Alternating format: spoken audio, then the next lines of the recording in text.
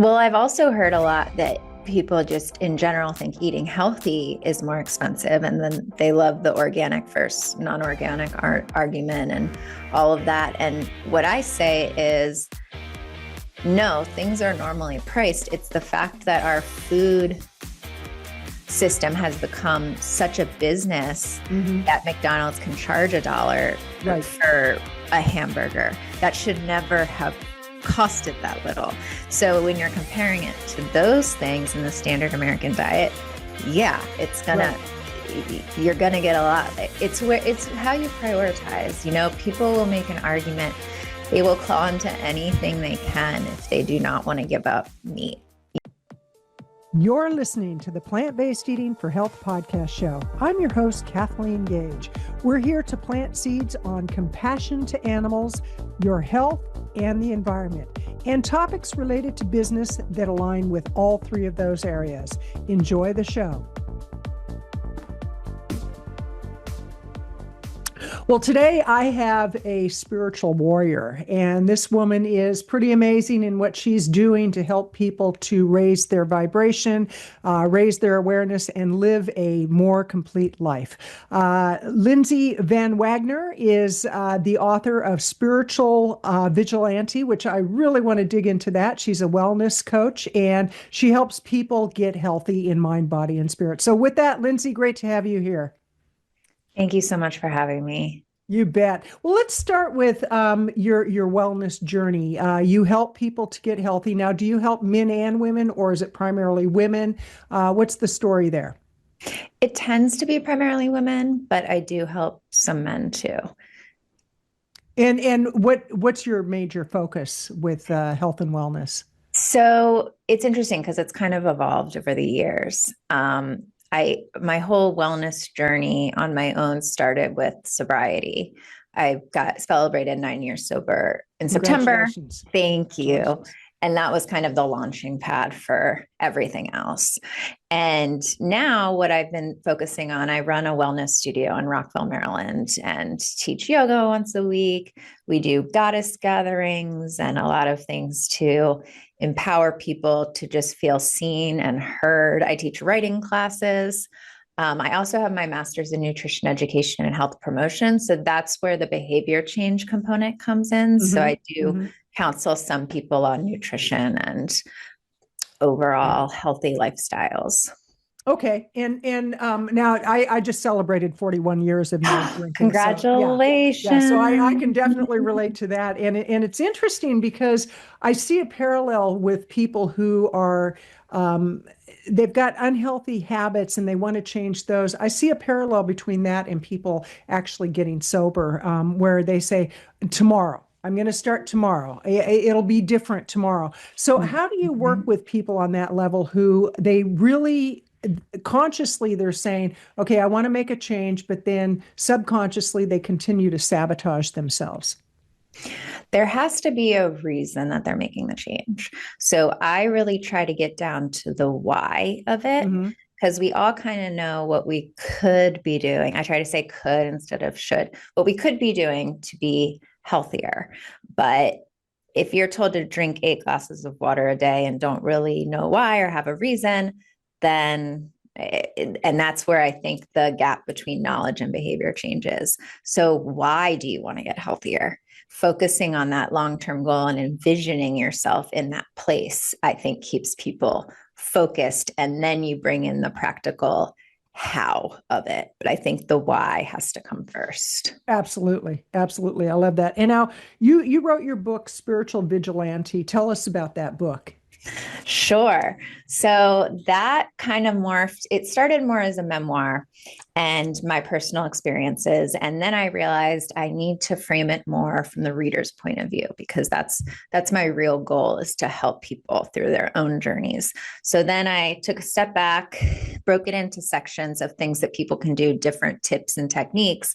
And then my story's interwoven just to bring those abstract concepts to life. So people can say, what does this really look like? Because a lot of spiritual things we can talk about and philosophize, but like day to day, what do I do? That's a beautiful story, but what can I do with it? Right. So I go through different steps, but there's 8 different steps, but the number 8 represents infinity because they're not necessarily stages of you have to do 1, 2, 3. I think, as you know, healing isn't linear. So we're always kind of cycling through all of those, but it does help as a framework of a place to start. So starts by essentially, I won't go list through all 8, but essentially raising awareness and consciousness around it, deciding if and what you want to change. Then moving into shedding old behaviors that don't serve, kind of opening yourself up to new possibilities, maybe allowing a higher entity, whatever you call that, nature, God, science, to help you, unlocking what's within you. So after you're shedding and realizing what you're not, which is mainstream convention, messaging, cultural conditioning, all of that, then you're going into the who you really are. And what I really try to emphasize is you're not becoming this new person. We hear this new year, new me. Right. You're returning to who you are and always have been before all of those layers were kind of built up. So unlock that.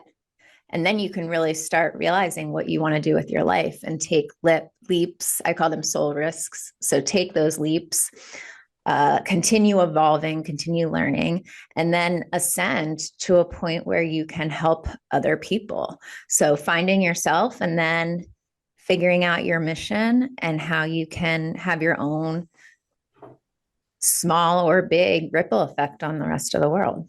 Well, let's dig into that a little bit deeper. And before we do, I want to remind people that you're listening to the Plant-Based Eating for Health podcast show. I'm your host, Kathleen Gage, and I'm talking with Lindsey Van Wagner, who is the author of Spirit Vigilante. And she's also a speaker, and she's a coach, consultant. She's a wellness expert.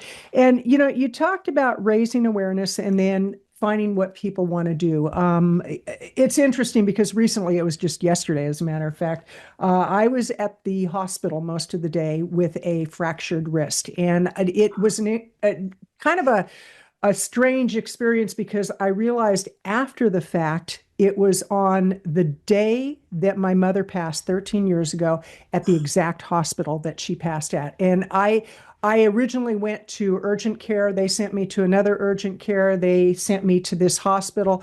And it was weird. I was getting like so many memories of my mom while I was there, obviously, because I remember the hospital. But then I realized that was her 13-year passing. So I think that when things like that happen, and yeah, here's the band to prove it. Yeah, so. Wow.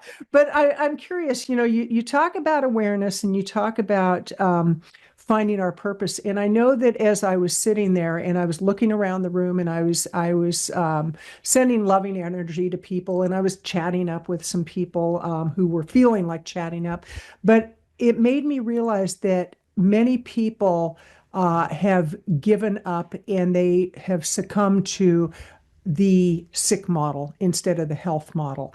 And as I was there, I was thinking, I don't want this to be my story. I don't want this to be and I kept saying that to myself. This is not my story. It just happens that I had a little blip and, tripped and broke my wrist and so be it. But many people have that as their story. So how do you help people raise awareness? What can you recommend to people? And how do we find what our purpose is? Because nowadays, people are living longer, but in a way, they're just surviving. They're not really living. And part of that living is finding our purpose. So let's dig into that. Yeah, that's an excellent question. And I think for a long time, I was waiting for my purpose to strike me like a lightning bolt. And then all of a sudden, I knew I was going to go feed children in Africa and it would be clear. And we hear mission. And I really think breaking it down further of what's my purpose right now in this moment? It's here talking to you and spreading awareness, right? It doesn't have to be this big thing. It's just, what can I do in this moment? And then finding more and more things that align with that feeling that you get when you're in true service. I mean, I think Mhm. all purpose revolves around service. So you just try to bring more and more of that into your day. If your life is calling for something radical and you really need to change things up and you've gotten to a low place, then explore that. But you don't necessarily need to change everything Right. overnight to discover your purpose. So that's what I would say. Just raising awareness around what parts of your day you enjoy, what you don't, I mean, there's necessary evils in life. We all do. We're not going to enjoy every part of our day, but what can you bring in? What can you step into that is giving you that feeling of higher vibration and fulfillment? And So, start there.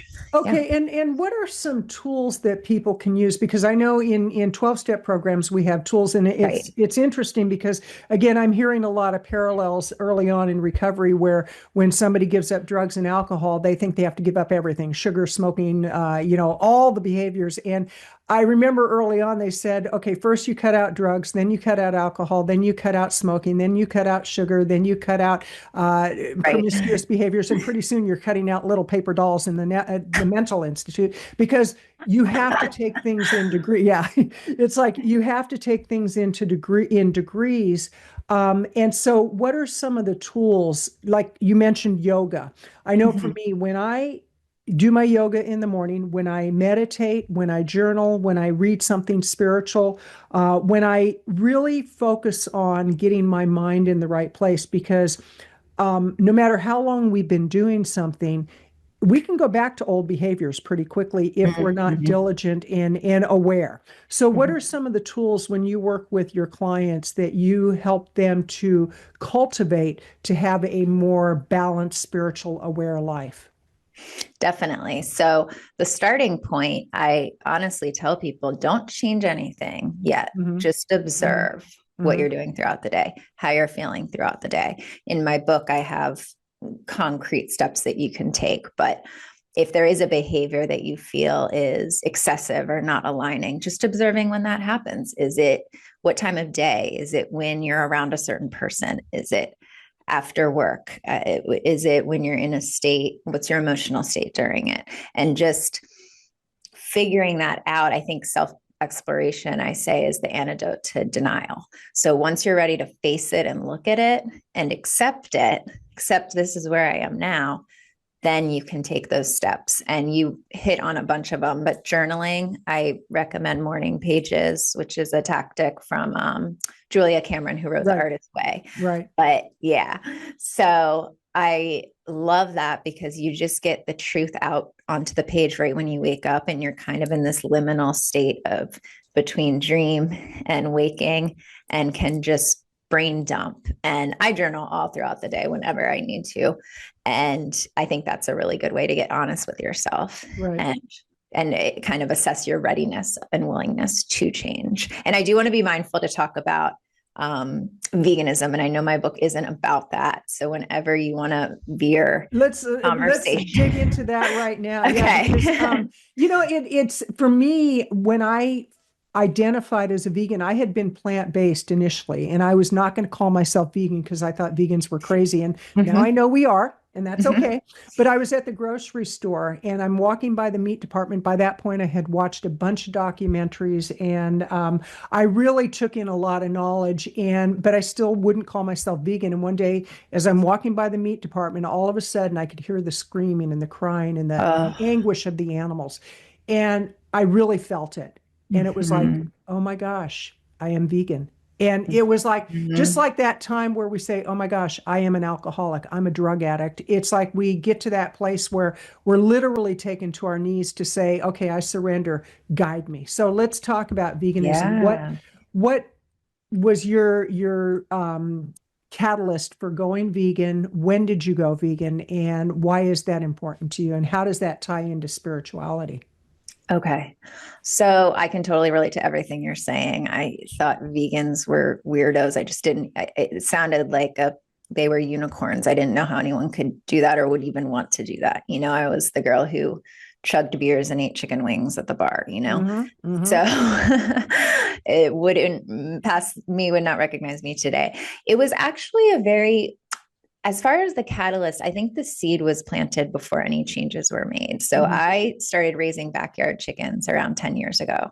And I would be watching them play with my dog in the yard and I've always loved animals, but just as is very intended by society, didn't see the connection Right. between food and animals. So I think that planted a seed because I'd be meal prepping and grilling chicken on my deck and then watching my chickens play. And just like, there's a little bit of cognitive dissonance there, but I'm not going to fix it. Just a little bit. So then actually, it was really just a natural thing. Like meat started just not feeling right to my body. It was kind of grossing me out at first cooking it, then just eating it at all. And then things started falling away.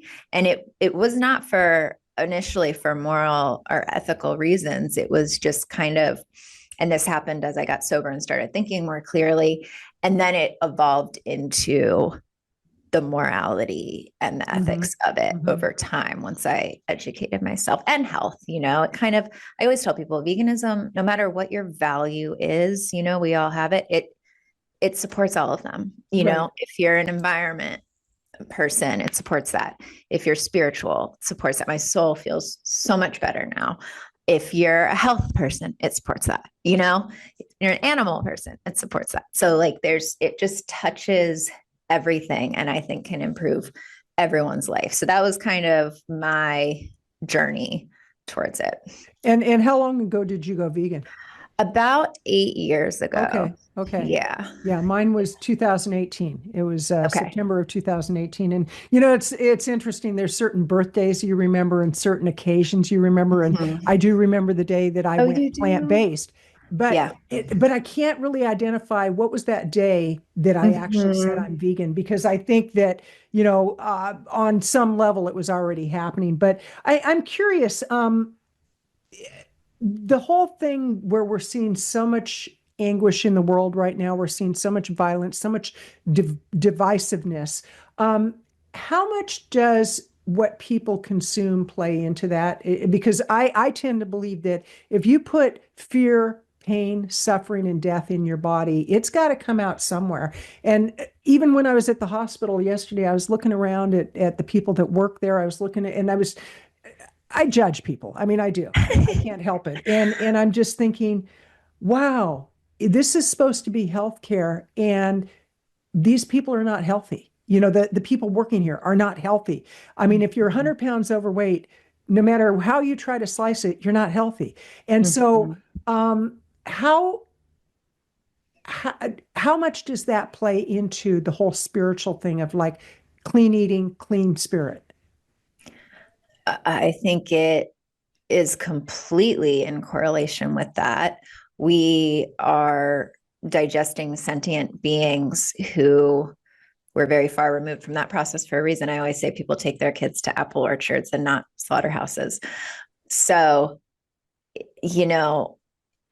it just on an energetic level, like you said, we're consuming something that had fear, and I always think about the effect that it's having on the workers at these factory farms, having to actually perform these brutal tasks. And I'm sure there's probably research on that somewhere, whether it's anecdotal or quantitative. Yeah.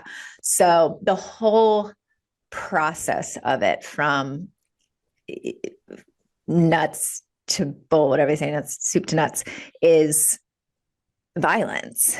And so when we're contributing to that, and not even necessarily the person eating animals is thinking about that connection, we're not. It's just at the soul level, you are consuming that being, Right. And I think that has a very, very profound and insidious and dangerous effect on people. You are so correct. And you mentioned about the people working in factory farms. And I remember I used to be so angry. How can people do that? And then I realized they're as much the victims as the animals are, because a lot of them might be immigrants. A lot of them may be undereducated, and the only job they can get is working in a slaughterhouse. Mhm. It has been proven that there's a higher rate of alcoholism and drug addiction, spousal abuse, because it's How just could like there not be? athletes. Like Huh? years ago, I was married to an athlete, and there was violence on the field and there was violence off the field, and it's kind of like, how do you separate that? So I really love bringing the awareness, and it really goes back to raising awareness, the first point. Raising awareness in a way that people might go, huh, that's interesting, because I know that if we try to shove things down people's throats, usually they're not going to get it. And yet there are times where, as Dr. Frank Sabatino, who's the host of a show I produce, he says, the house is burning. We can't Mhm. just sit there and go, oh, Mhm. let's get a little bit of spray water to spray on the house. It's like the house is burning. We have to do something now. So, um, with the whole vegan movement, what do you think people could do to actually become a little bit more aware, so that they start considering the choices they're making when they go to the grocery store or when they go to the market? What can people do? And that kind of ties in for me, any health change people are making. It's just Mhm. these small, reasonable, practical shifts that I say just start somewhere. Every little Mhm. bit helps. Do a meatless Monday and see how that feels. Raise awareness, observe. I think every day is an experiment, and you're just kind of tweaking that dial and finding what works for you. And when your radio frequency comes in the most clear. And so that's what I would do, and pay attention to how your body's feeling if you really do want to face that, and how your soul's feeling when you eat plants versus when you eat animals. Right. And and I try to come at it from a non-judgmental way, because I, like you, kind of would blame the victims. I think we're all victims of Exactly. the world that's been created. So it's more at the policy level that things need to change, because individuals, I think we're doing what we can, from a grassroots perspective, but we can't blame the individual, Right. Right. so just kind of, it's not your fault that you are eating this way, but maybe try this, you know. You're so right, because a lot of what people do, it isn't their fault. It's what they've been conditioned, because food manufacturers, big pharma, healthcare, they impose certain beliefs Mhm. through advertising, through propaganda, if you will. And people go, "Oh, that's conspiracy theory." It's like, no, just pull back the covers and you'll see. But once we become aware, then we can make different choices. Because if you look at like the redlining that goes on in certain Mhm. communities, that Mhm. there are no healthy options. But the one that I think is interesting, and I'd love to talk about this with healthy eating, is when people say, "Oh, it's too expensive to be a vegan." It's like, beans and Mhm. rice are not expensive. I just did an article on Mhm. that where I compared having a steak dinner with all the fixings and then a vegan dinner where you have tofu instead of steak, and it's like about a fifth of the price for the vegan meal, for a healthy vegan meal. So how do you work with your clients when they're saying, "Oh, eating vegan is so expensive, eating plant-based is so..." What's your approach with that? Well, I've also heard a lot that people just in general think eating healthy is more expensive, and then they love the organic versus non-organic argument and all of that. And what I say is, no, things are normally priced. It's the fact that our food system has become such a business Hmm. that McDonald's can charge $1 Right. for a hamburger that should never have costed that little. So when you're comparing it to those things in the standard American diet, yeah, Right. you're gonna get a lot. It's how you prioritize. People will make an argument. They will claw into anything they can if they do not want to give up meat. Right. I mean, you Right. can justify and cherry pick all the data that you want. So if that's really your excuse, that's really excuse. But there are ways around it. And where do your priorities lie? Maybe you're getting a $7 drink at Starbucks every day, but not, you know. Right. Right. I So love that. it's all possible. It's just your values, whether or not you want your behaviors to match your values, and to finally relieve that tumult inside of you. Right, right. And what a lot of people don't realize is how subsidized the meat industry is. I mean, it's definitely, Exactly. and just like with the FDA, when people say, oh, it's approved by the FDA gets 45% of their funding from the very companies that they Mm-hmm. approve certain Mm-hmm. medications, and what's most amazing is you go to countries outside of the US and how they produce their food is very different than how we do. And they don't do, I think it's only New Zealand and the US that can do advertising for pharmaceuticals. No other country in the world does that. Really? Yeah, it's Wow. shocking. It's shocking. That's So telling. yeah, Yeah. so it's kind of like let's pull back the cover, but let's go back to your book. And before we do, Okay. Lindsey, how do people find you? What's the best website to go to? Where can they get your book? Let's talk about that. Sure. You can go to thespiritvigilante.com, Hmm. or my Instagram is at Spirit Vigilante. If you Google Spirit Vigilante, Okay. you'll see all of that. Yeah. So it's Spirit Vigilante, not spiritual. Yes. Well, Correct. let's offshoot with spiritual too. Let's do both of those. Yeah. Yeah. So how did you come up with the title Spirit Vigilante? So when I entered this whole wellness spiritual landscape, part of the disconnect I felt was I'm not one of those rainbows, puppies, everything's positive. And that's kind of a lot of what I saw. And I had to go through, and I think a lot of people do, a lot of darkness to get here, and had to make a lot of decisions for myself and claim justice for my own soul. Right. And so I think of a vigilante as someone who's really making their own decisions and not trusting mainstream convention or all of other people's collective decisions to be made for them. So it's going out and doing your own work. The word vigilant, right? Like staying awake, staying Mm-hmm. aware, Mm-hmm. staying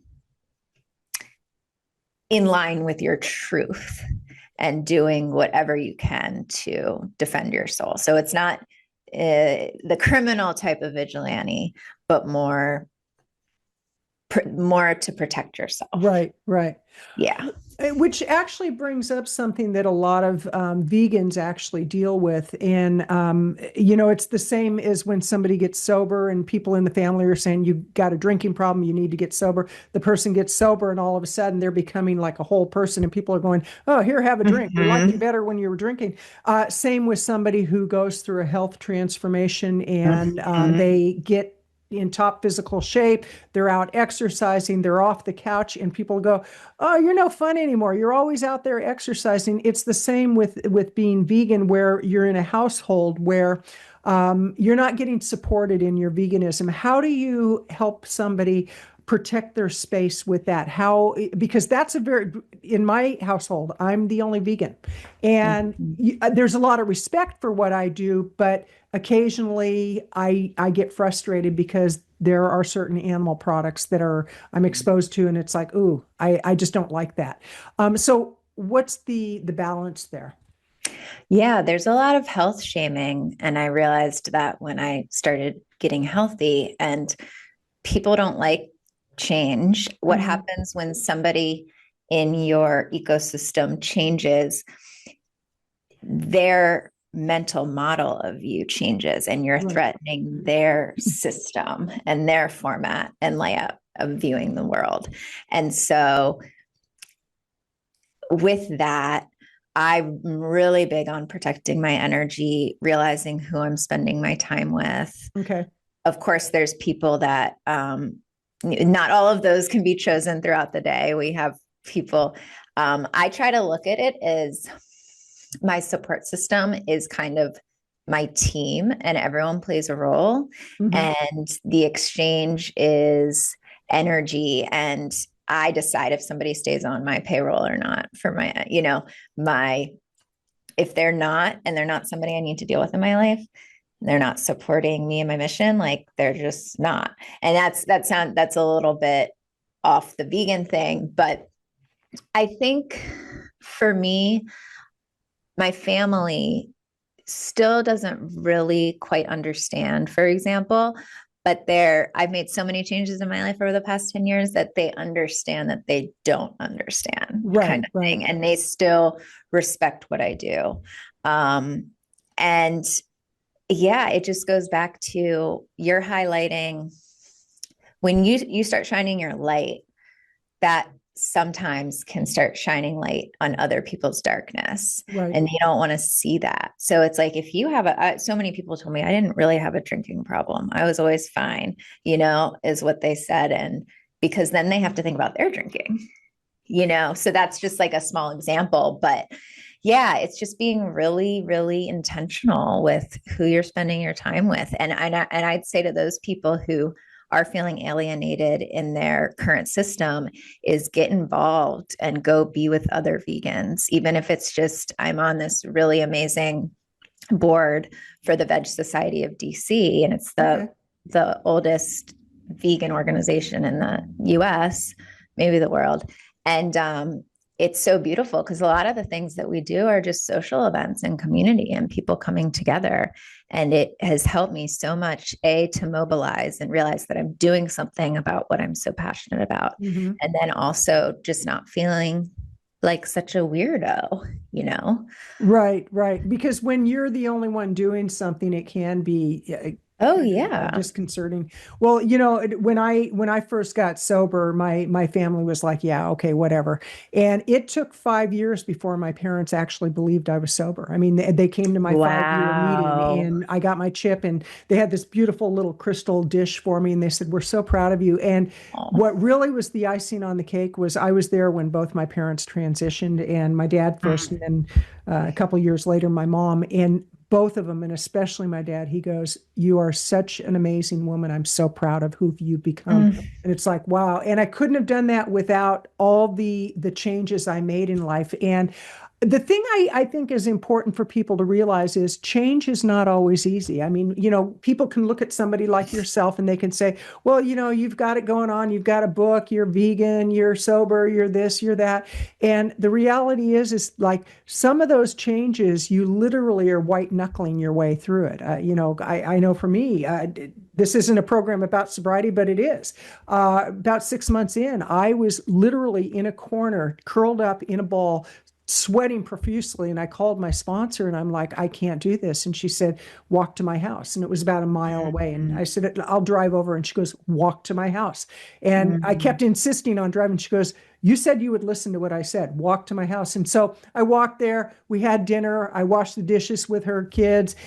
We played cards. And then at the end of the night, she goes, "So how you feeling?" I said, "Oh, I'm feeling great." And she goes, "So Mm. you don't have the desire anymore, do you?" And it's like, no. And it's like, so sometimes we just have to walk through, whether it be like a vegan who is committed to veganism. And I know this has happened to some people where they are vegan, but then they don't want to they don't want to be rude, or so Oh. they'll eat something, and it's like, no, no, no, no, no, there's certain lines we don't cross. So how do you work with people on that level when they really know this is what they want to do, but they're not quite there 100% yet? Yeah, I mean, as far as not wanting to be rude, it's like I stopped succumbing to peer pressure long ago. Mm-hmm. We're all our own people. And that just comes down to boundaries. And I think it was Kyle Gray, who's an important spiritual leader in my I life. love Kyle. Yeah, he's You do? good. Yeah, Yeah, he's yeah. great. I met him at a writing conference Oh, in okay. Scotland. Okay. Yeah, he's great. But he says something, your vibes are more important than your manners. So protecting those and keeping in alignment with your vibration is more important than your manners. And the true people will understand you. Mm-hmm. And more Mm-hmm. often than not, when I set a boundary, it's not as much drama as I made it in my Right, head. right, right, Like people don't really like, I'm not that important that right. I'm gonna make or break somebody's day by saying Darn. no to me. I know, exactly. And a lot of that is ego driven and people pleasing, to be honest, right? Which is a Absolutely. whole nother conversation. But Absolutely. that's just, we got to grow up and stay firm in our beliefs. And I'm big on truth. That's my whole thing. Trust your truth, stay true. So let's talk about trust your truth. How does somebody really trust what is their truth and their guidance, and compared to ego trying to kick in, like, how do we know when we're truly being guided and when spirit is there with us and we're just like doing downloads and channeling and all that, Yeah. compared to ego like kicking in? Can be a subtle, it takes a lot of practice, I think. I think you start to learn, it's a little bit nuanced, and some people it more happens in their bodies, some their mind, but you start to learn when you're in alignment and when you're not. Like I can feel very quickly now when I'm swimming upstream and pushing something that I really just need to let go of. And the more you start practicing, and sometimes it takes opposite action, as you know, and doing the opposite of what your ego wants to do. And again, just experimenting, just every day is a brand new experiment. You're the sample of the experiment. And just realizing what leads to better outcomes. And then you start to know a little bit quicker. And I think life isn't about not making mistakes. It's about course correcting. So maybe our ego leads us down a road, but then we're like, hold on, I gotta. Right. We know when we're in flow. We know. Right. So I love that course correction. And it's so funny because yesterday when I was going from facility to facility, the first one I went to, I was like, oh, darn, and then I thought, okay, I'm just going to go along with this, because then I went to another urgent care and got checked in, and they said, well, we can't, because I turned 70 in May, and they said at 70, when you have the kind of fall that you had, we have to do a C scan, a CAT scan. And I'm like, oh, really? Can't you take that off my thing? And no, you already told us. So then I had to go to the hospital. And then at the end of the day, it was like it all came together. It's like, oh, that's why I ended up there. I needed to honor my mother's memory in a whole different way. Wow. And to look at the environment and say they took very good care of her. I mean, I have to say the people there were spectacular yesterday and when my mom was there. And I thought, okay, thank you, God. Thank you for that reminder that life will give us what we need if we're just willing to be open to getting that. So again, Lindsey, where can people find you? Remind them again.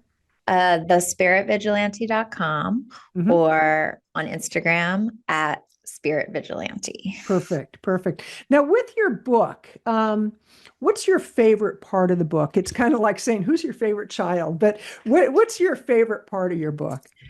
That's such a good question. I really like the chapter Shed, especially in the context that we're talking about. It's the third chapter, and it's about shedding. And I use the analogy of a snake shedding its skin and how they need to do that in order to stay healthy, and that there's new skin already forming underneath, but they'll never get to that part until they let go of the sheath that's filled with parasites and all of the things. So I compare that to our lives of letting go of what doesn't serve. When you asked about finding your purpose, a lot of the times it's process of elimination. We might not know what we like, but we can certainly pinpoint what we don't. And so just shedding those things literally and figuratively in your life. Sometimes it's clutter, sometimes it's stress clutter, all of the things. And so I just really like that as an analogy, and letting things naturally fall away as you become more in tune. I love it. I love it. Yeah. When I first got sober, my sponsor said, I've got great news for you. It's like, what? And she goes, you only have to change one thing in order to stay sober. And I'm like, oh, great. What is it? She goes, everything. Exactly. Like, that's it. And people, places, things. It's in degrees. Yeah. It's in degrees. But well, what's on the horizon for you, Lindsey? Where do you see yourself in a few years? What's your vision of where you want to impact people with your spiritual message, with your vegan message, with your health message? Great question. Yeah. So right now I'm kind of in the place of exposing my book as a first part. So doing podcasts, I want to eventually systemize it into a larger, more interactive offer for people. with large groups, one-on-one coaching, Mm-hmm. if that so appeals. I have a long-term vision of having an animal sanctuary and healing animals. My dog Harley passed away when he was 18, about 5 years ago, and he was my little baby. I don't have kids or anything. And I want to call it Harley's Angels because I think animals are angels on earth. And I want it to be a place where they can be respected and revered and all of the things. So I love it. I love it. Yeah. Yeah. Okay. So do you still have backyard chickens? I do. How many do you have? We have 2 chickens and a rooster who are rescues. Oh, Yeah. yeah. I just merged with another flock. So there's 21 total. Oh my gosh. Oh my gosh. How much acreage do you have? So this is on my friend's property that's one street away, and he has probably 2 or 3 acres. Okay. So, That's a yeah. lot of chickens, but what I love is when you open the coop and then you go tick, tick, tick, tick, tick, and they all come running because they know it's food time. So Yes. yeah, that's one of my favorite things. What other animals do you have?